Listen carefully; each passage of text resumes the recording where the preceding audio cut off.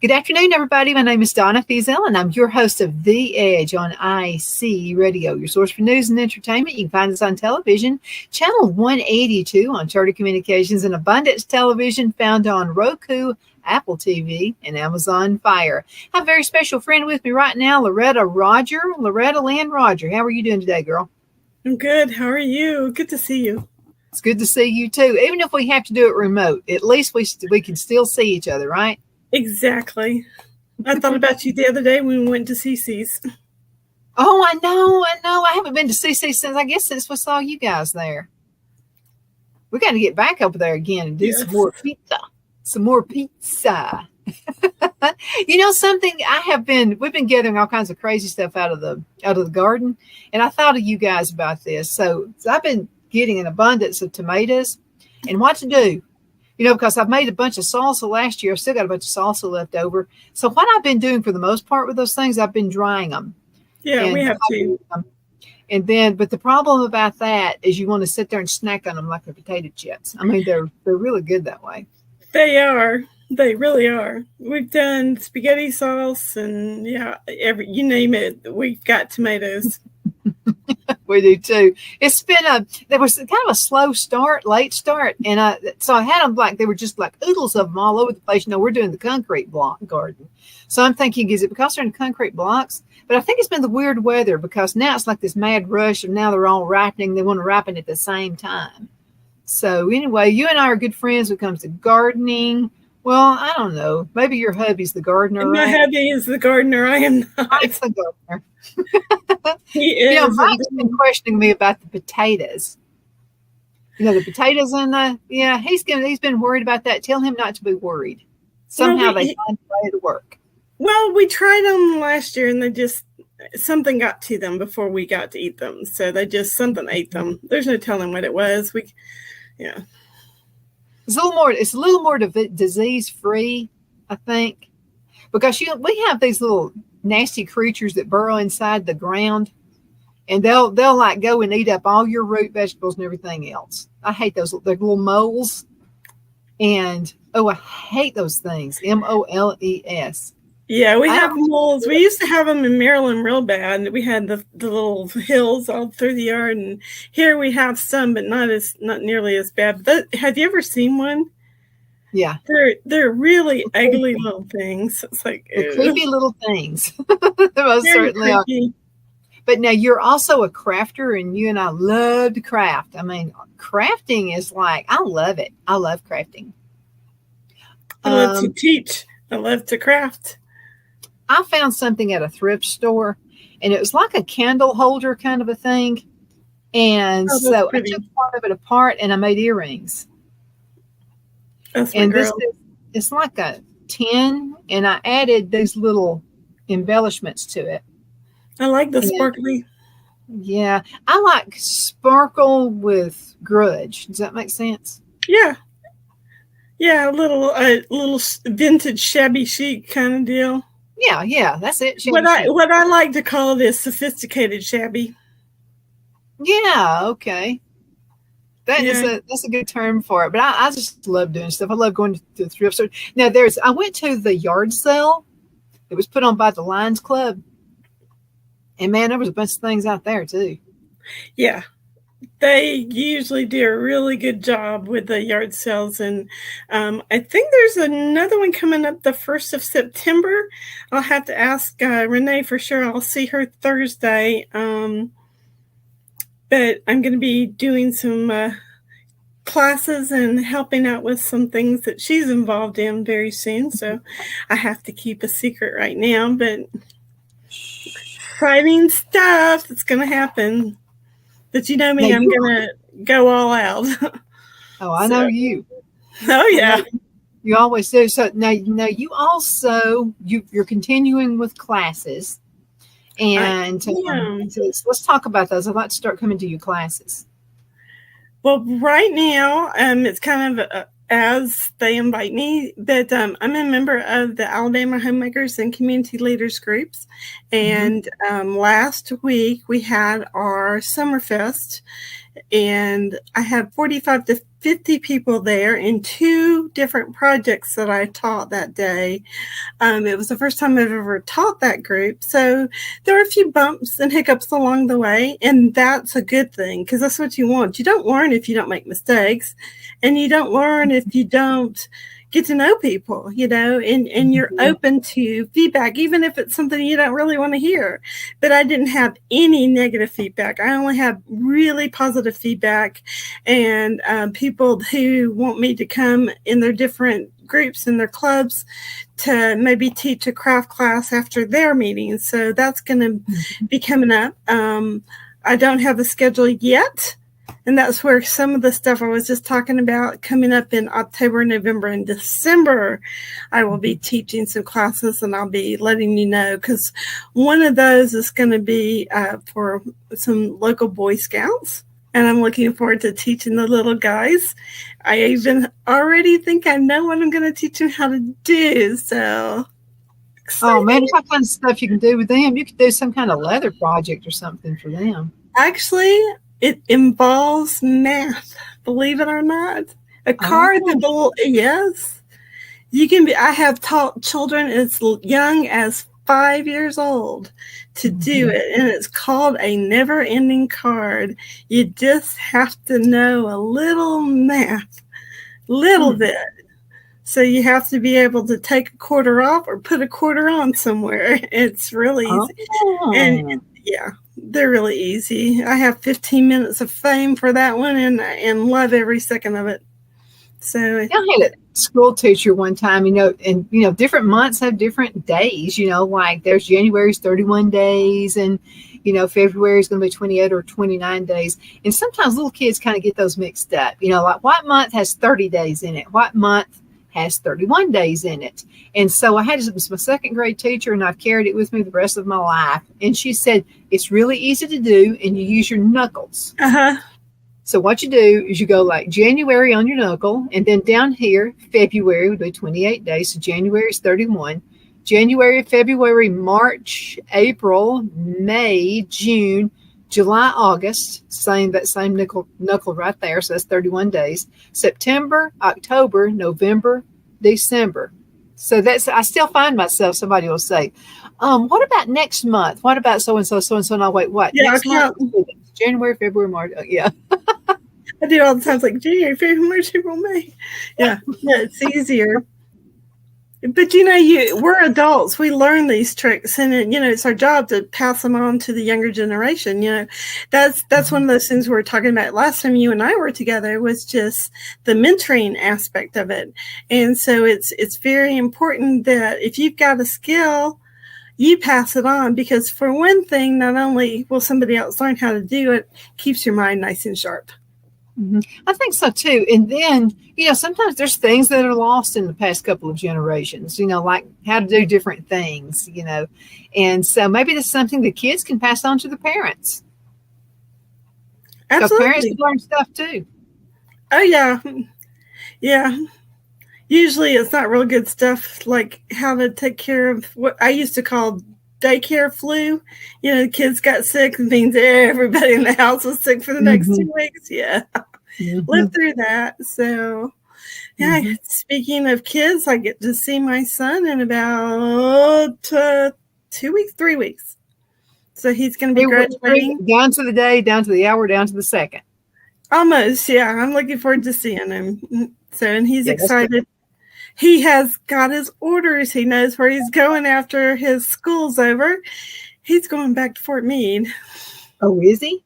He is. He's really excited because, he still has friends there. He grew up there, went to high school there, and so he's very excited to be getting back somewhere that, is pretty much home. That's his hometown, even though he was born in Augusta, and that's where he is right now. That's not where he grew up. So I'm excited for him. I'm excited to see the next chapter in his life unfold, and he's all grown up. It's so nice. Let's talk about empty nesters. I mean, I'm an empty nester, Phil and I are empty nesters, and you guys are empty nesters too. So because there are people, their kids they're seniors in high school. These kids are going to be going off to college possibly next year, or maybe some kind of a trade school or whatever. How do you get ready for that? because sometimes it's just weird. Well, sometimes you're not ready for it, but here's some good advice. You will know.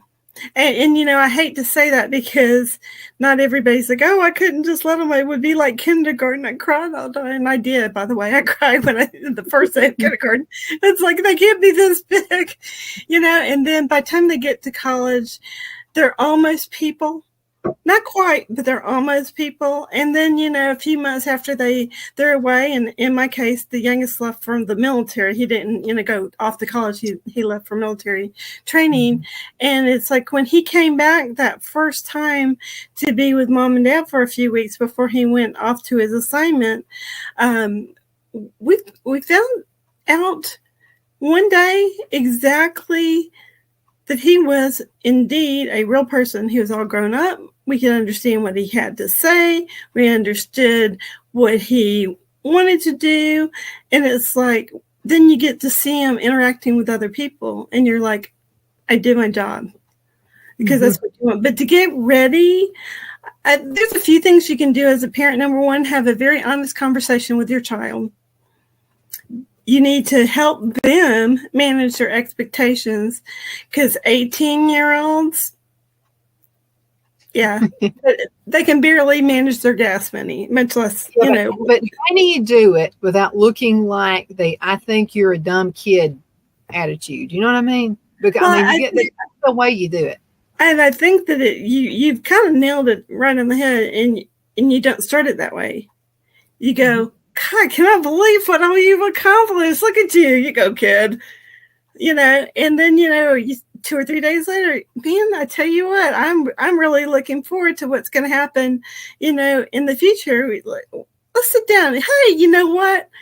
I heard that so-and-so restaurant had a new dish, whatever, let's you and I go and let's go have lunch or dinner or whatever. And then you've got a neutral place. It's not your house. And they will open up because they're not at home. They don't feel judged in a public place because you're not going to yell at them. Not in public anyway, not much. But that's one thing that I've always found that is just a good idea. Go to neutral ground. And then while you're having your lunch, that's when you start the conversation. I was just, as your mom, I'm real curious. I know that you really want to go to this school, or you're going to go into the Army, or you want to do this. Tell me a little bit about that and tell me how I can help you. And when you flip it like that, it's like, you mean I'm responsible for this? You're not going to help me? It's not that you're not going to help them, because you will, but you have to make it their responsibility, because up until now, it's been your responsibility to make sure they got it done. Now it's your responsibility to support them while they get it done. So how do you know when to break to that very next level? Because I mean, you're looking at them as their kids. I think it helps to go to a neutral place, like you just mentioned, a restaurant or something like that. It is, and it's also according to your child. And I hate to say child because by that time they're a young adult. But if that person has had struggles with, let's just say, learning disabilities, or there's some other things that will prevent them from necessarily like going to college, then you encourage something else, whether that's a job where they stay at home for a couple more years and you mentor them for a little bit longer, or whether it's, let's just say it's a child with autism and you want to get them into like a group home environment where they can learn some other skills. You can have chores for them all day long, but until they're responsible for something where mom and dad aren't there, it's just not going to stick. Well, let's back step just a little bit. So how do we, I think you need to prepare yourself for this stuff years before it actually happens. So you should be getting prepared when they're a sophomore. Let's just say the first step is going to grammar school. Okay, you're going to kindergarten. Let's just say it's going to kindergarten. How? I think that was harder on me than actually being left out of college. I think that was the toughest part of me. But how do you, because the child shouldn't, we had a show a few days ago about your child on the school bus. And one of the things I said is mom, dad, you don't need to be crying as your child is stepping on the school bus. They don't need to remember that picture of you. They need some independence. I'm not talking about just let it turn them loose. I'm talking about they need to feel some independence there. How can I react without crying and sobbing and carrying on and everything like that in front of all, and you're embarrassing your kid, by the way, in front of everybody else on the school bus. So you're putting your child on the bus. How do we need to get ready for that moment? Well, the bus situation is a little different now than, when you and I grew up. I can give you one example of that, and that's when Chad was really young and he did morning pre-K, he rode the bus. And the bus actually had an accident. All the kids were fine, but I get this phone call from my son, from somebody else's cell phone. He's laughing. And I'm like, are you okay? He said, yeah, Mom. He said, he's telling me all about this. Somebody had pulled in front of the bus. It was a very minor accident. The bus driver was completely, on the money. But I thought to myself, you know what? Because I didn't overreact, he didn't overreact. And then when he got home, I told him, hey, I really thought you did a good job. Thanks for letting Mom know, even though the school had already called me. And I wasn't real worried because we already knew the kids were okay. They were just waiting for another bus to bring them home. And so, but it's your reaction to them. That's what you just said. And that's so important. So as they're growing up and they take those first steps into kindergarten or first grade, then you've taught them, and it's okay, especially kindergarten, first, second grade, the first day of school, to walk them to their classroom. It gives them confidence. And, by the time they get to second grade, they're telling you, you just need to go. It's great, Mom. We can take a picture outside the house. Great.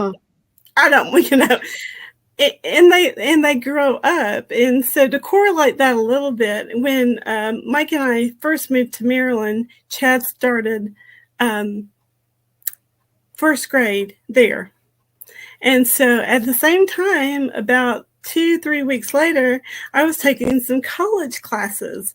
And little Chad, who was about, this big, came up to me, he goes, Mom, he said, it's your first day of school. I said, it sure is. I'm really excited, Chad. And he goes, and without missing a beat, he looks at me, he goes, I'll be glad to walk you to your class. You know what? Kids are more resilient than we think. You just mentioned your experience with the school bus. My son had an experience with the school bus. So this is his first year of first grade. And so I got a call from the school that Brad was on the wrong bus. And I'm thinking he's going to be crying. He's going to be carrying on. He's going to be doing this. He's going to be doing that. So I arrived to the school. It's back before cell phones and all this kind of stuff. So anyway, I arrive at the school. And so I'm expecting to see him crying, and he's not. He's actually having fun. He wants to be lost on another bus again the next day. You know why? The bus driver stopped by Dairy Queen and bought him an ice cream. So he's sitting there eating ice cream, just having all kinds of fun. Can I get lost again? And I said, no, you can't do that again. But see, that's whereas I thought he was going to be crying and it's some kind of trauma or whatever. It wound up not being trauma at all. Well, but having a good time. What's critical in those growing up years is letting them make the mistakes. Yeah. It's hard. It's hard. Totally agree. Because when they fall down, we want to run over there and clean up the dirt off of their knee and all that, make sure they're okay and all that kind of stuff. And of course, we do need to care for our children, but there's a line there. There's a line. And I think if we make them live in a bubble, I don't think that's a good thing. It's not. When 2 weeks, not even 2 weeks before the youngest, here we go again. Man, this kid was, he was playing on the playground with his little friend, and his teacher told me it was like watching a disaster in slow motion because she knew she couldn't get to them. But these two kids were running across the playground. They weren't paying any attention where they were or where the other kid was. They collided literally head on. Chad had the shiner on his eye that went all the way down his cheek to his ear. These kids hit hard. And he came home, and I'm looking at him. It was already black and blue and swollen, and I think that they had given him, like, a child. I given him permission, just go and give him baby Tylenol, and came home. And he apparently he had seen his eye in the mirror by this time. He goes, "Isn't this cool?" Like, yeah, kind of. Are you okay? You check them for concussion, but they have to learn mistakes, because see, from then on, they're a little bit more, what's around me, what's going on around me. And then when he started puberty, he almost did it again, but he was looking at it. He literally walked off the bus. I watched it happen. And the pretty little girl that lived across the street, he's looking at her, if you know what I mean. He's really looking at her. A lot of actions right there. And he wasn't paying attention. He missed hitting the telephone pole with his head. He's like, oh, I know that was there. You know what? I think if we just don't let them make decisions at all, I think that later on in life, they have a difficult time making. Oh, I think so, because they're afraid they're going to make a mistake. I'm not saying go jump off of a building or anything like that. I want to go skydiving.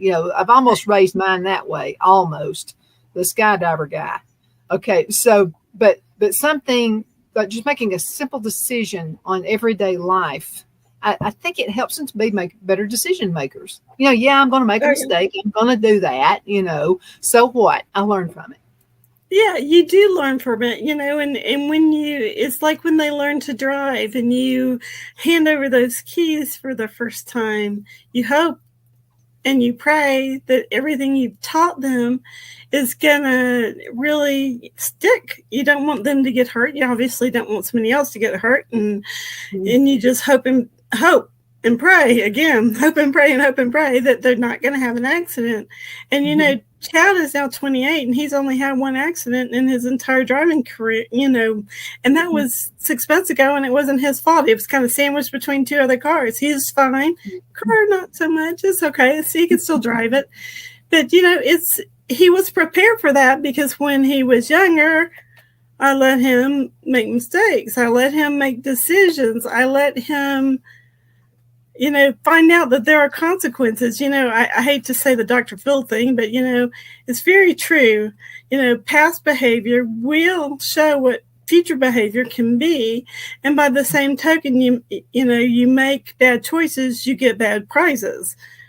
And that's one of the things that, we've taught our kids. Look, if you're going to be stupid, this is what the consequences are. You can't say what you say. I'd love to see more parents teach that, the consequences of bad decisions, because we're not always going to be there. I know I've seen, I talk about Andy Griffith reruns all the time, but there's one where the guy, he's a spoiled rich boy, and so he gets in trouble, he's speeding, and so Andy gets him, puts him in jail. They go fishing, and so Opie did something, he broke something, I forgot what it was, and so it was Bill Bixby was the character in the show, and so Bill Bixby looked at Andy and he said, "Why don't you rescue the little fella? Help the little fella out." And he said, "Well, the next time I do it, it may be something worse than this. He's got to learn to stand on his own 2 feet." And I think a lot of times we want to protect them. We don't want them to have to go through any kind of a crisis whatsoever, but we got to let them learn to stand on their own 2 feet. Well, we can't wrap them in bubble wrap and send them to school. You just can't. You can't wrap them up, and you can't tie them up, even in the sense of you are literally crippling your child if you don't let them explore and do things and learn things on their own. And play is called play for a reason. It's the work of children. And if you learn to play and share and be kind to others when you're little, you can learn to play and share and be kind when you're an adult. And right now, this world is so narcissistic and so self-centered. It's like me. All that being. Mm-hmm. Of course, I'm going to take care of myself because I am a priority. I'm important. I am blessed. And I am so fortunate in so many ways. I have the time to serve others, but I still come first. My family comes first. Of course, anything that I'm going to do it for the glory of the Lord himself, and keeping that attitude. And I really, I've had people tell me that I have a terroristic attitude. That's fine. You can call me a terrorist all you want, but you're not going to stop me from being a Christian or acting in a way that is ladylike and becoming. I'm not seeing where you got a terroristic attitude, but anyway. I know, isn't it terrible?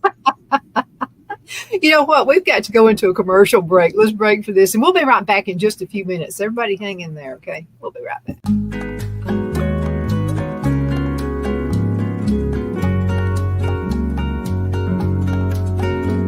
At Lamone's Mexican Restaurant, located in Henniger, Alabama, and voted Best Mexican Restaurant of DeKalb County, Alabama 2020, we're here to serve you with authentic Mexican cuisine. Order easily online by going to lamonsmex.com or call 256-657-3999 to place your order.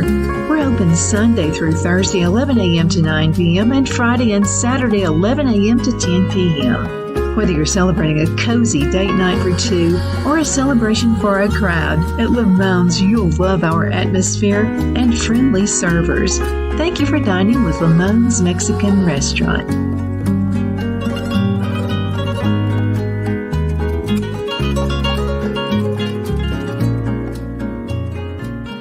At Liberty Bank, we're all about community, whether it's to help with a charity fundraiser or help families in need. Toys at Christmas or a local football team, we're here for you. You see, we realize the importance of family. Sometimes it's to build a new home or necessary home repairs. We're here for you. If you like the feel of a small town bank with all the conveniences of a big city bank, we're here to serve you. You will find us at any of our convenient locations in DeKalb, Marshall, Etowah, and Blount counties in North Alabama. You can call and speak with any of our friendly staff at 256-659-2175 or check us out on the web at libertybankal.com. And thank you for your support of our community. Member FDIC Equal Housing Lender.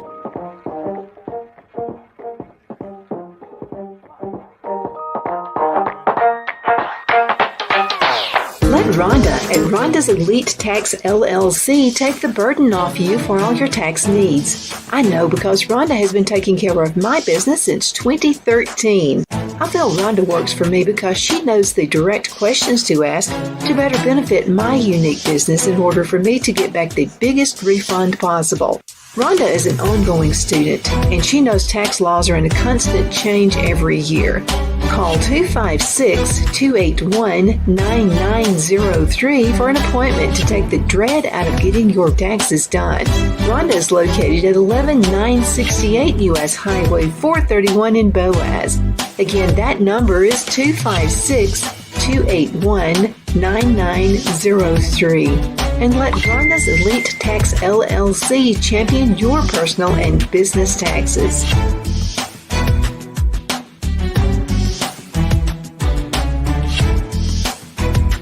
Jeff McCurdy of the McCurdy Law Firm has been a public service of this area for over 10 years. McCurdy, a member of the Henniger City Council, serves as prosecutor for the town of Sylvania and was named public defender for the city of Rainsville. The McCurdy Law Firm is located at 17326 Alabama Highway 75 in Henniger to better represent his Jackson and DeKalb County clients. If you need to be represented by a true public servant with proven success, call Jeff at 256-996-8701 or send a private email to mccurdylawfirm@gmail.com. No representation is made that the legal services performed is greater than the legal services performed by other lawyers.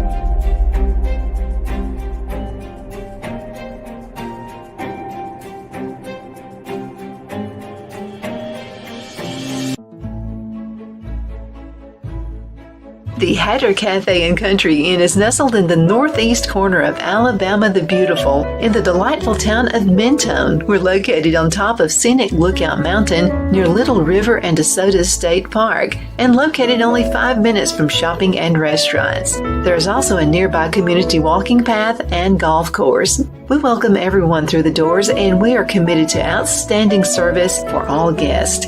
At the Hatter Cafe and Country Inn, we invite people from all walks of life to come and get away from it all, enjoy the open spaces, treetop views, fresh, clean air, and experience Southern hospitality at its finest.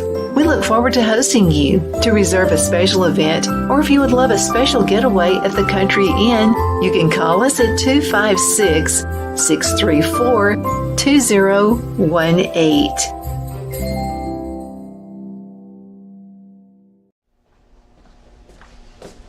Are you ready? We all wonder what tomorrow will bring, but the future lays itself at the feet of the prepared and surrenders to the will of the persistent. It's not easy, but today shapes you so you can shape tomorrow. With Northeast Alabama Community College, when the future asks if you're ready, you can answer yes. Begin your future at Northeast Alabama Community College. Good afternoon. We are back. My name is Donna, and I am your host of The Edge on IC Radio, source for news and entertainment. You can also find us on television, channel 182 on Charter Communications and Abundance Television, which is found on Roku, Apple TV, and Amazon Fire. I was just letting Loretta Rodger, she's my guest right now, a special friend of mine. And so I don't know if you ever noticed this before. I'm always drinking out of this mug, and it's The Edge. And this is when the show started way back in 2005. And wow. So it's had a couple of names. So I was living in Jacksonville at the time. Phil took a job promotion that moved us to Charlotte, North Carolina. And so I was with the TV station in Charlotte. And so we called the show The Woman's Edge. The TV station there said, I think The Woman's Edge would be good. So I went on ahead and followed them. And I said, okay, you know better than I do. So we did The Woman's Edge, moved back to Alabama. And the guy who owned the radio station said, why don't you do afternoon drive home? So, so I did afternoon drive home. Then the station Abundant Television, Rob said, why are you doing afternoon drive home? Why don't you go back to The Edge? It's shorter. I think it's better. So here we are. I can use these mugs again. The Edge.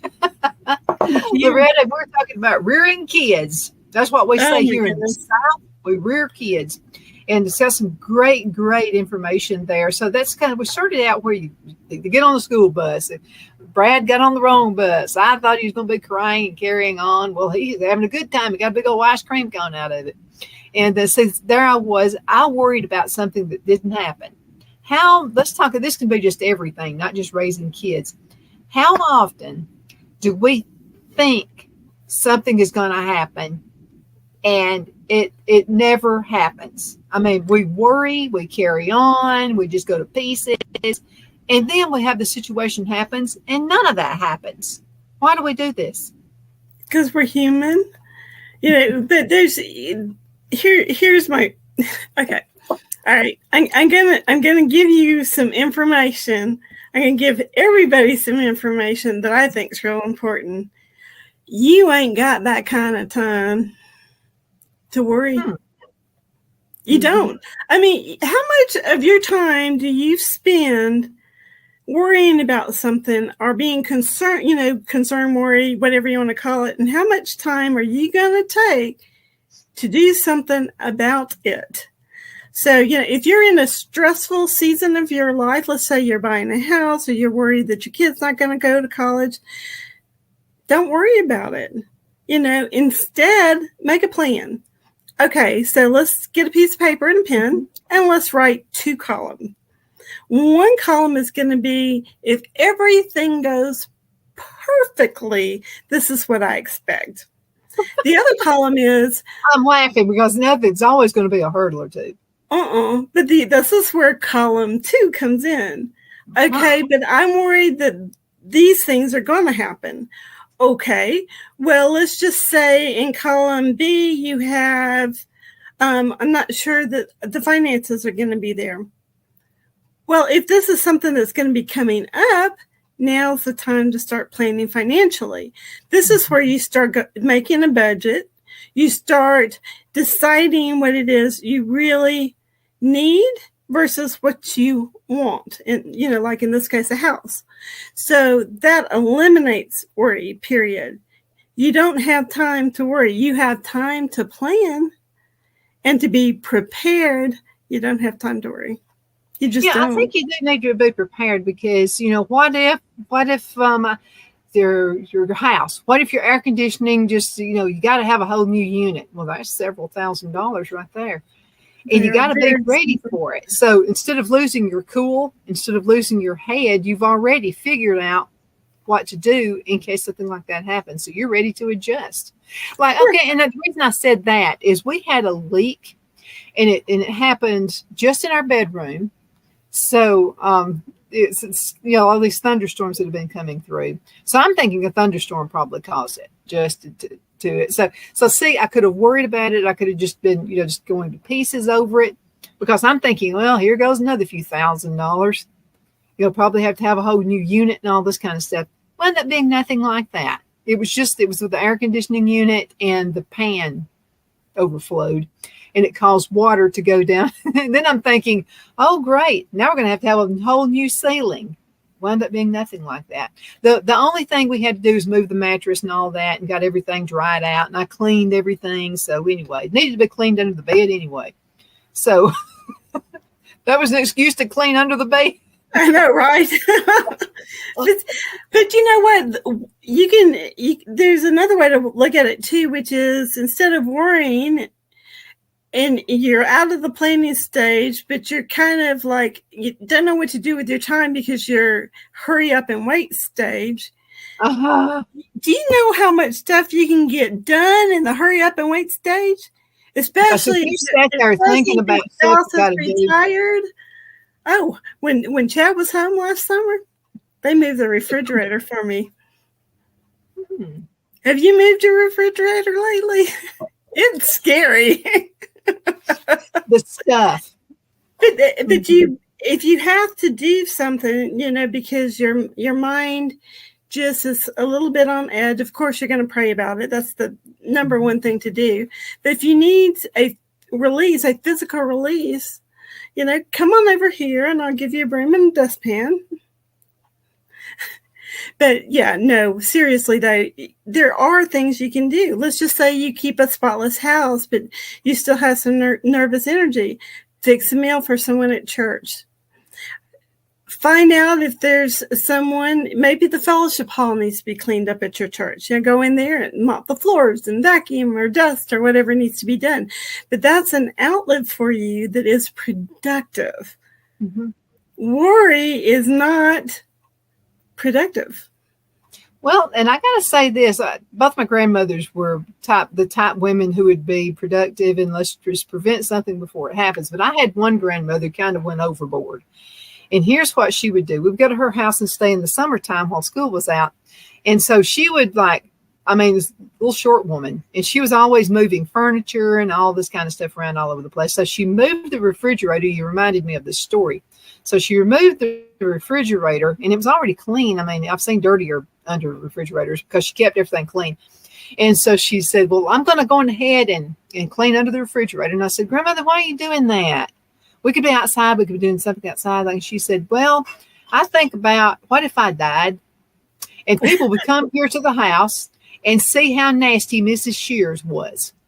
So I want to clean under the refrigerator while I'm thinking about it. So we were just like, well, she said, I believe in being prepared.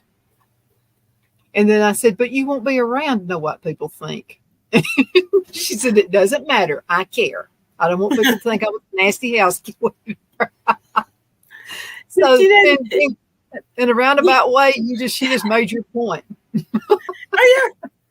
But you cannot, there is no such thing as a spotless house. You need to keep it clean. It needs to be clean enough to look lived in, dirty enough to look lived in, clean enough to be healthy. And right now, if you were to open my craft room door, you would cry. Well, no, actually, but there are seasons in our lives. And as long as there are seasons in our lives, if you feel better about stuff by, in my case, I'm doing a reorganization because there's stuff I don't use, but I'm going to bless somebody else with those things. Mm-hmm. And so I have boxes out right now of stamps and stuff that I no longer use. And it's neat. You can still walk in here, but it's not as tidy as I normally keep it. And that's okay. I'm not going to worry about it. I'm going to close the door and I'm going to make sure that you go to a part of the house that is nice and neat and clean. And oh no, we'll look at the craft room some other day. But right now I don't have time. Sorry. Well, I mean, everybody has their own way of organizing things. You brought that to the forefront, about organizing. And so you have everything in a nice little tidy drawer, and this is because all your stuff looks really nice and neat. But I want the kind of drawers that I can just look at the glance and see, well, that's the kind of beads I want right there. I want some jasper beads. I want to be able to see that without having to open up like 50 drawers to figure out which one it's in. And then another thing is I keep stuff because I know I'm going to use it later, but I don't leave it in the current area I'm working in. So I have another area where I keep that storage. Stuff. Yeah. Yeah, absolutely. But that's using it. But that's the bee in you. That's just how you naturally organize, which is, we talked about this on another show, but there really are clutterbug.me. Take her quiz. Take the quiz. It will make a difference because she has a way of helping you help yourself. If you have natural tendencies, I'm a shover. I don't want to see it. I'm just going to shove it somewhere until I can get to it. And even then, I may not have it perfectly. There are no such things in my life as neat little, not going to happen. My husband, on the other hand, retired military men or men who've ever been in the military, every single one of them.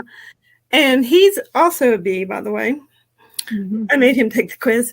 But what this does is she has these videos are all free. But she talks about how to organize if you're a bee or a ladybug or a cricket or a butterfly.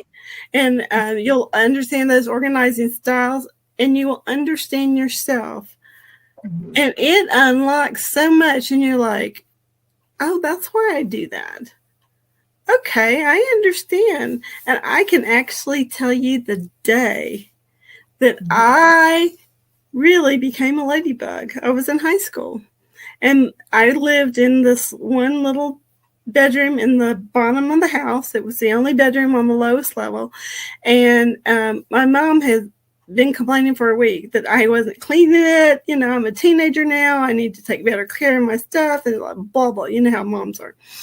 And so I literally went in there and I was kind of mad, but I went in there and I dusted, I vacuumed, I wiped every little, collectible thing that I had on my shelf. I cleaned the windowsills. I cleaned the closet where I could get in it. And it's like, and it took me all day. And then the next day I went off to school. When I got home from high school that afternoon, she had painted my room. She had put a brand new bedspread on there. Bought a nice little area rug, like a little lamp for my desk. And I mean, it looked like a young woman's bedroom. It didn't look like a child's bedroom anymore. But what I learned was that if you take care of your stuff and you make sure that you're doing what you're supposed to do, it will be recognized. Mm-hmm. And I'm glad to hear you say this because I think the reason a lot of folks, we talked in the last segment about people are afraid to make decisions. And I think it's because they're afraid they're going to make a mistake or they think there's a cookie cutter way of doing things.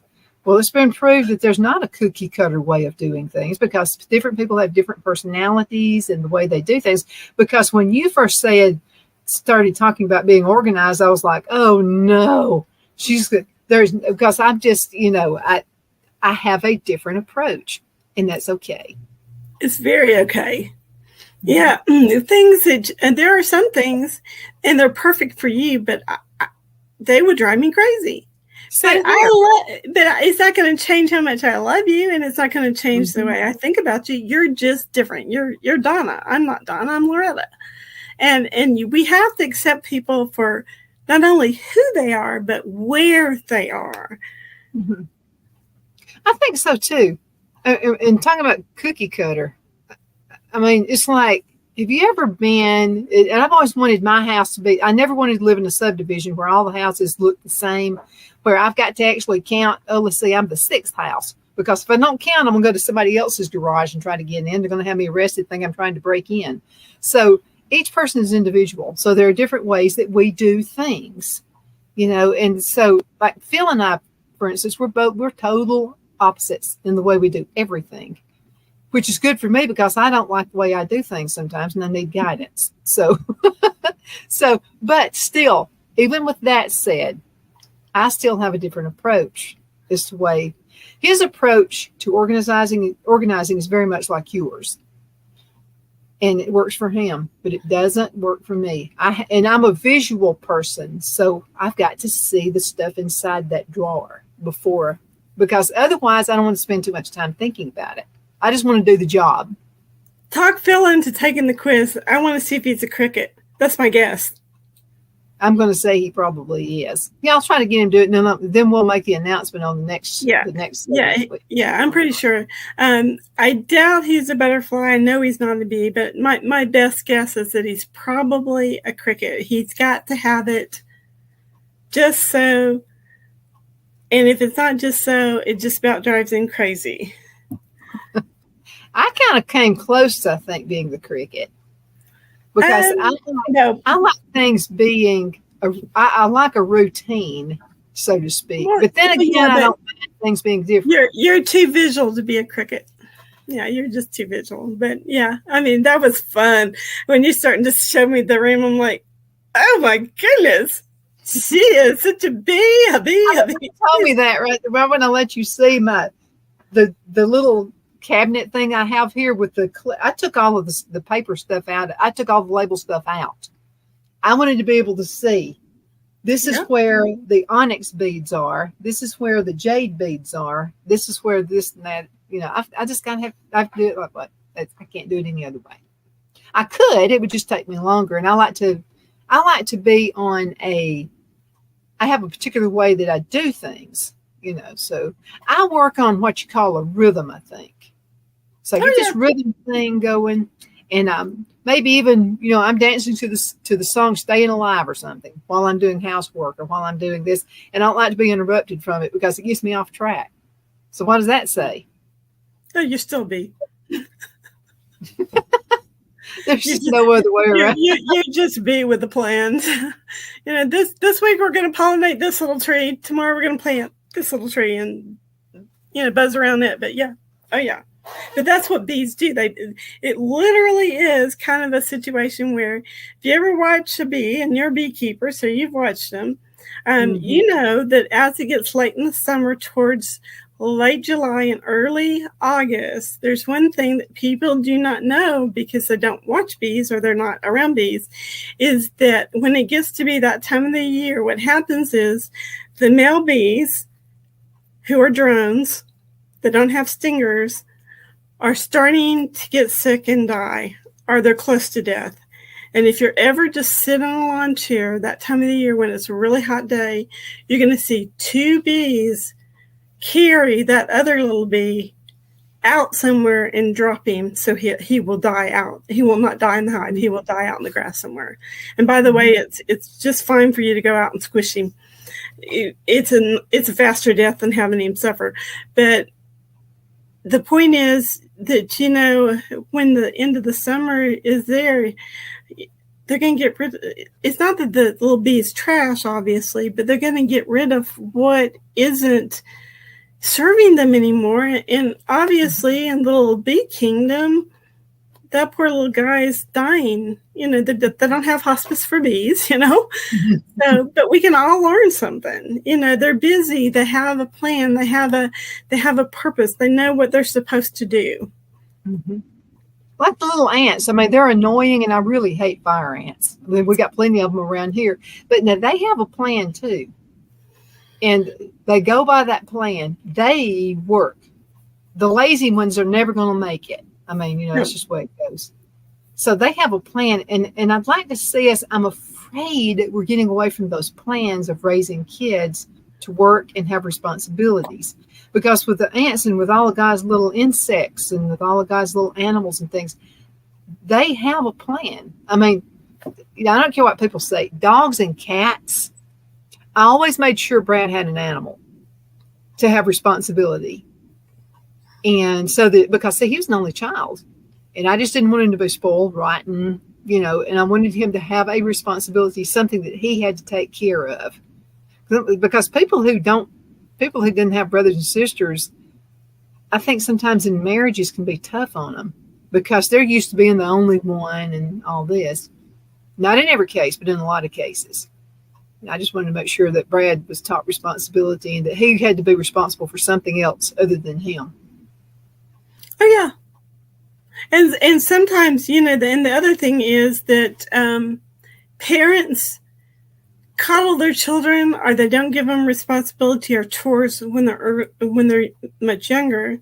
I'm going to give you a really good example of what you should actually do.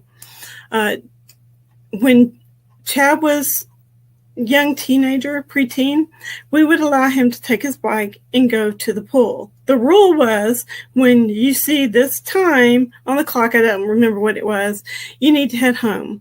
Because if you wait any longer than that, it's going to get dark and it's going to be hard to see, and you're on the bike, Well, I gave him my cell phone most of the time to take with him. So if there was a problem, he could call Mom. I get a phone call. He had not left the pool when he was supposed to. He left late. Oops. And by the time he got to the main road to cross the street over to our little neighborhood, he hit the guardrail with his bike. Uh-oh. It took 21 stitches to close his hand from here to here.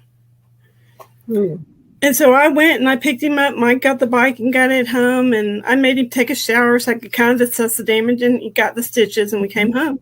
Well, about 2 or 3 weeks later, it is now his turn to do the dishes. Oh, but Mom, my hand. And I literally, he was big, but he wasn't that big. I picked him up and I put him on the step stool and I pushed his hand into the water and I said, "You're going to do the dishes." Mm-hmm. And he's crying and hollering. I said, "If you want to go do whatever activity it was that he had planned to do, you're going to finish your chore. Mm-hmm. This is your job, And I'm so glad I did. I wasn't cruel. I didn't hurt him.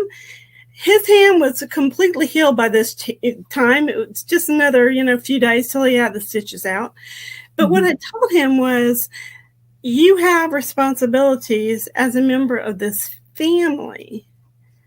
And if you choose not to do your chore or do the whatever, then these are the consequences.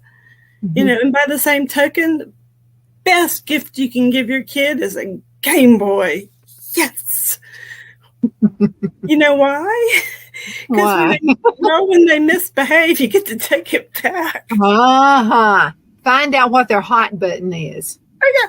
You take that game away. They're like little angels. And then finally, I had told him, I said, "Look, Game Boy is now mine. You want another one? When you get a job, you can buy another one. But until then, no." I actually gave the Game Boy to my stepdaughter. Mm-hmm. It was awesome. And then, it really wasn't. It was maybe a year later, and he got his first job and all that good stuff. Mm-hmm. And what do you think he bought with his first paycheck? Game Boy. Game Boy. Those are just really important lessons I think the kids need to learn. But they're not going to learn it if you don't let them. Well, I had another segment a couple shows back, and we're talking about shopping and, to prevent overspending. If you're not careful, you take the kids with you, and they're going to start putting stuff in the cart and all that kind of stuff. So the smart thing to do is, if you have that issue with your kids and they start whining and carrying on because they want to buy stuff, and probably something they're never going to play with ever again. It's just stuff, that they get, clutter your house and then wasting money. So what I would do with Brad is I would say, you can get one thing today. So be wise in what you choose. You can get one. Because every day shouldn't be Christmas. Christmas should be, one time a year. And I think sometimes we want our kids to have everything, but they can't have everything. They have to know that there's a waiting period. You don't just get what you want. And another thing that I talked about too in shopping is to think about it. If you're wanting to buy a big purchase, let's say I wake up one morning and say, Phil, let's get a motorcycle. That's a pretty big purchase right there. We're not going to just go get a motorcycle. First of all, we're going to say, why do we need a motorcycle? We're going to put a pros and the cons list together. Like, why should I have it? Why should I not have it? If you'll just wait 24 to 48 hours, you may not make that huge purchase. You got to have time to think, because I could be spur of the moment and have us in bankruptcy. Well, it's what I call the cooling off period. Right now, and I have for the last year. So I've been doing some research for the last year for something that I really want to buy. And when I do finally make the purchase and get everything I want to be successful with this, it's sublimation, then I know how much money it's going to cost. So I've been saving up a little bit here and there, but I'm also not just jumping in and buying everything at once, because I know me. So what I'm doing instead is I'm watching some videos. I'm watching some things that people have had trouble with. Some, how did they buy everything at once? What I call full set syndrome. And now it's just collecting dust. I don't need a heat press, the big, squishy machine. I have it's a generic form of the iron that Cricut makes, and it is perfectly fine for doing sublimation. So I don't need that part. I do want a mug press, but I want a nice one that does the big tumblers as well as the small cups. Okay, so how much is that going to cost? And I want to do some other sublimation. So I would like to print my own designs, which means you have to have a dedicated printer with dedicated ink for that printer. That can get really expensive. So what can I expect? Where's the best source? What are the real reviews? Do I know anybody who has some of these things? And what is their experience? It is okay if you've got like a favorite YouTuber. Most YouTubers I know are very gracious when they are showing something that they bought, or they're showing you how to use something they bought. You can reach out to them. They'll have their email or whatever, as part of their website or on their YouTube channel.